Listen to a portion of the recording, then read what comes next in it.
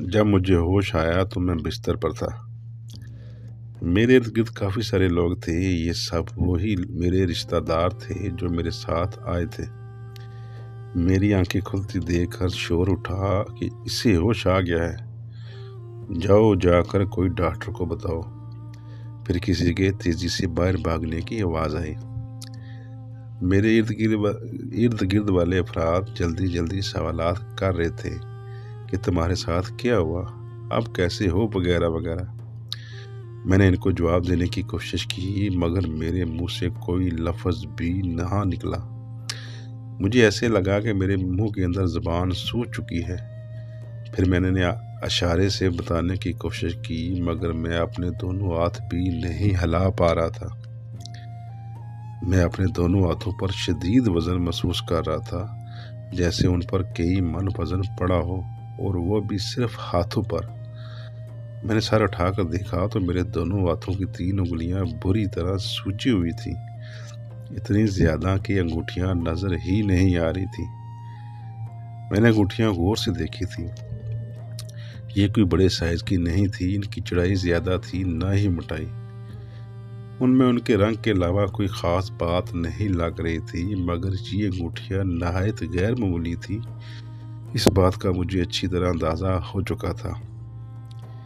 इतनी ही देर में पस्ता कद एंग्लो इंडियन डॉक्टर आ गया। ये एक बहुत अच्छा और सुलझा हुआ इंसान था। इसने तवज्जो से मुझे देखा और हाल हवाल पूछा। मेरे हूँ हाँ करने पर वो बोला, लगता है कि किसी जहरीले कीड़े ने आपको काट लिया है, इसलिए आपके जिस्म के कुछ हिस्सों पर सूजन आ गई है, इसीलिए शायद आप बोल भी नहीं पा रहे। मगर फिक्र की कोई बात नहीं, जल्द ही आप ठीक हो जाएंगे। मैंने बेहोशी की हालत में आपका इलाज शुरू कर दिया था। आप 2 या 3 दिन तक बिल्कुल ठीक हो जाएंगे। ये कहकर वो वापस चला गया।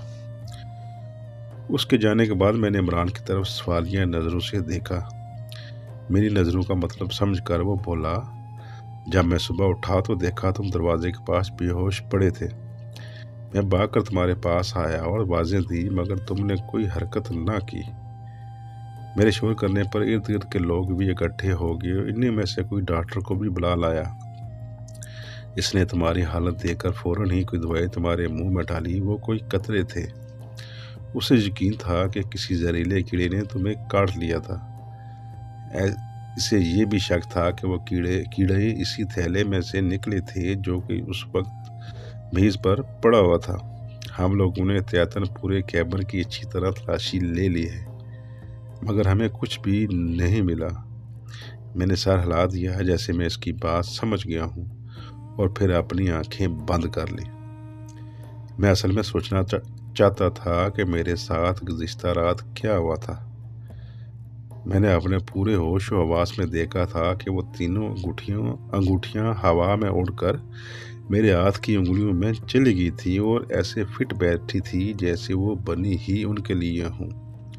उनका वज़न भी मुझे महसूस हो रहा था, जो कि बहुत ज़्यादा था, और मैं अपने दोनों हाथ हिला भी नहीं पा रहा था। मैं हकीकत में अंदर से बहुत घबराया हुआ था। मैं अभी मरना नहीं चाहता था, क्योंकि मेरे बच्चे अभी बहुत छोटे थे और मुझे बार बार उनका ख्याल आ रहा था। मगर अब कुछ भी मेरे बस में नहीं था और मैं सिर्फ और सिर्फ इंतज़ार ही कर सकता था कि अब मेरे साथ क्या होता है। 3 दिन और गुजरे और इसके बाद मेरी हालत बेहतर होना शुरू हो गई। मेरी ज़ुबान की कड़ाहट कम होना शुरू हो गई और मेरे हाथों की वो तीनों उंगलियां जो बुरी तरह सूज चुकी थी, वो भी कुछ बेहतर लग रही थी। उनमें महसूस होने वाला वज़न भी अब कुछ कम होता हुआ महसूस हो रहा था। अगले मज़ीद 2 दिन के बाद मैं काफ़ी अच्छा महसूस करने लगा। मैं कुछ बात भी करने लगा और अपने हाथों को भी हरकत देने के काबिल हो गया, मगर उंगलियों में अब भी इतनी सूजन थी कि अंगूठियां नज़र नहीं आ रही थी। मज़ीद 2 दिन गुजरे और जब मैं तीसरे दिन सुबह को उठा तो अपने आप को मुकम्मल तंदुरुस्त महसूस किया। ज़ुबान बिल्कुल ठीक लग रही थी। अपने हाथों को भी मैं आसानी से हिला पा रहा था। मैं फ़ौरन बिस्तर से उठा और अपने हाथों की तरफ देखा और फिर मैं हैरत से उछल पड़ा। مجھے اپنے ہاتھوں کی انگلیوں پر کوئی انگوٹھی نظر نہیں آ رہی تھی، مگر میں نے واضح طور پر محسوس کر رہا تھا۔ میں نے اپنے دونوں ہاتھ چہرے کے قریب کر کے غور سے دیکھا تو مجھے اپنی انگلیوں پر چھوٹے چھوٹے ایسے نشان نظر آئے جو کہ زخم کے بھرنے کے بعد نظر آتے ہیں۔ میں نے ان نشانوں پر انگلیاں پھیر کر دیکھا، مجھے اپنی جلد کے نیچے واضح طور پر انگوٹھیاں محسوس ہو رہی تھیں، یعنی وہ میری جلد کے اندر چلی گئی تھی۔ اب کی بار میں بہت ہی پریشان ہو گیا کہ یہ میرے ساتھ کیا ہو رہا ہے۔ پریشانی کی وجہ سے میرا دماغ پھٹا جا رہا تھا اور میں اپنے آپ کو انتہائی بے بس محسوس کر رہا تھا۔ اب میں پچھتا رہا تھا کہ میں نے لکڑی کے اس باکس میں کیوں اتنی زیادہ دلچسپی لی اور اسے اپنے ساتھ لے آیا۔ بہرحال اب جو ہونا تھا وہ ہو چکا تھا۔ اب مجھے صرف انتظار کرنا تھا کہ میرے ساتھ کیا ہوتا ہے، مگر اگلے کچھ دنوں تک کچھ بھی نہ ہوا اور میں نارمل ہوتا چلا گیا۔ میں نے لکڑی کا وہ چھوٹا سا باکس بھی سنبھال کر رکھ لیا تاکہ شاید اس کے بارے میں بعد میں کوئی معلومات مل جائیں۔ کچھ دنوں بعد میں لاہور میں اپنے گھر میں موجود تھا اور اپنے بیوی بچوں کے درمیان بیٹھا ہوا تھا۔ میں سعودیہ سے جو تحفے ان کے لیے لایا تھا وہ ان کے حوالے کر چکا تھا، جو پا کر وہ سب لوگ بہت خوش تھے اور ان کو خوش دیکھ کر میں بھی خوش تھا، کیونکہ میرے لیے وہی میری دنیا تھی۔ یہ 1 مہینہ بعد کی بات ہے، جب میں دوپہر کا کھانا کھا کر اپنے اسٹڈی روم میں بیٹھا ایک کتاب کا مطالعہ کر رہا تھا۔